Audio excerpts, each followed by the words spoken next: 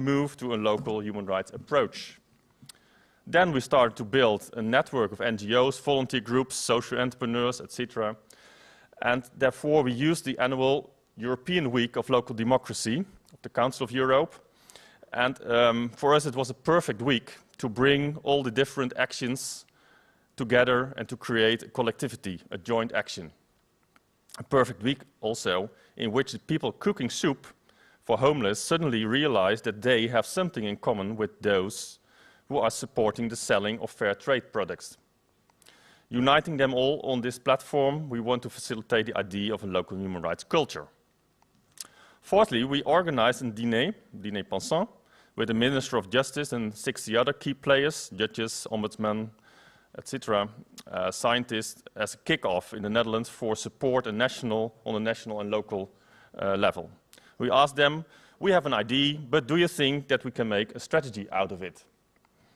The answer was, in the end of the dinner, yes, go on. Then we started to collect examples of human rights in Utrecht because we didn't have any idea what could be giving the name of human rights. And we're astonished at how many activities and organizations there are in this field and in Utrecht. So you can find them on our blogspot, humanrightsutrecht.blogspot.com. There you have the whole collection of, on this moment, I think 600, 700 initiatives we gathered in these years. And this blog also tells you our understanding of local human rights developed and was defined by these concrete actions. And finally, of this first year, we did the first study and analysis of how municipal human rights policies related to global standards. So we have chosen 10 examples of concrete policy areas, and we evaluated them through the eyes of human rights. That was difficult for us. The study was an investigation into the intersection between human rights and municipal policy, and as such indicates which areas deserve further attention. We presented the study to the City Council in November 2011, and at that stage we were very happy that it didn't provoke any astonishment or irritation, so we could go on. We were aware that the choice of the themes and cases was important because the examples create the narrative, tell the story, a story that almost nobody in the Netherlands relates to the situation in the Netherlands.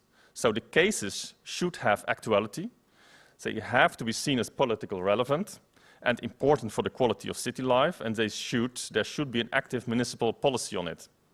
And they should also be spread over the political left-right spectrum. The selection tells a story of what human rights locally are or better could be. And in the first phase, this is in fact the main challenge, how to get local human rights culture on the political agenda without politicizing.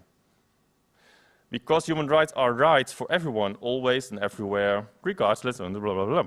We all know this kind of ideology.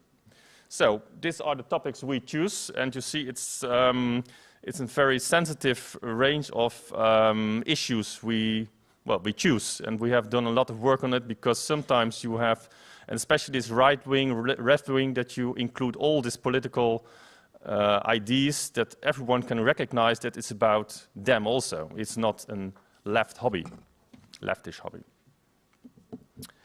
Then this year, this is a little overview of what we did, and we started in 2012 with two great cooperation partners in the Netherlands to have a joint project.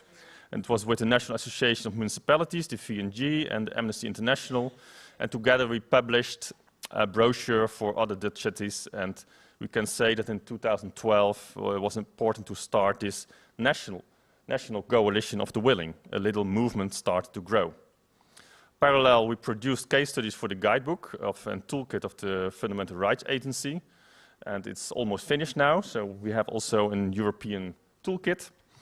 To improve the awareness and the visibility of what civil society is doing, we started to stimulate debates on human rights issues organized by local organizations. We gave them some subsidy under the condition that they cooperate with other organizations and that they are also including cultural programs to reflect upon their own initiatives. So we looking all the time for action in combination with reflection on because the concept of human rights is not that clear. So we had the opening of the National Institute for Human Rights in Utrecht. It's a very important institute for us to have in the city. It's also a very symbolic moment for the position of human rights in the Netherlands. And I already told you what Mrs. Pillay has been said in this meeting. We started to produce newsletters, developed a municipal website to give it a more official thing. We did a first research studying human rights in other cities like Nuremberg and Aberdeen, so we started to connect with our colleagues. And finally, after 1 year of preparation and approval of the research application granted by the NICIS, the National Institute for Urban Studies, we started a comparative study on strategies for implementing human rights policies carried out by Esther van den Berg, it's over there, together with Professor Barbara Omer. And Esther van den Berg is also would be pleased to get in touch with you if you want to exchange on what she is doing on this research. Then, next year, and after it, I have one sheet more for 2014. And this third phase we are now in, we call it establishing a local human rights culture. Because we have to do something on ownership.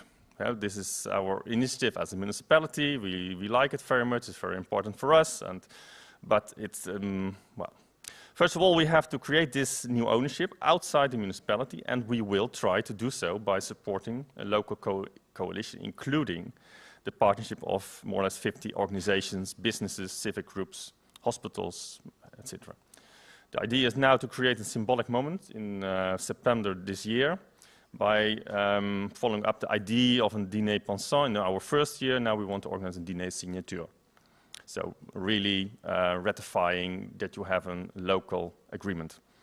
We will develop a local human rights monitor by reframing existing data together with our sociology department of the university.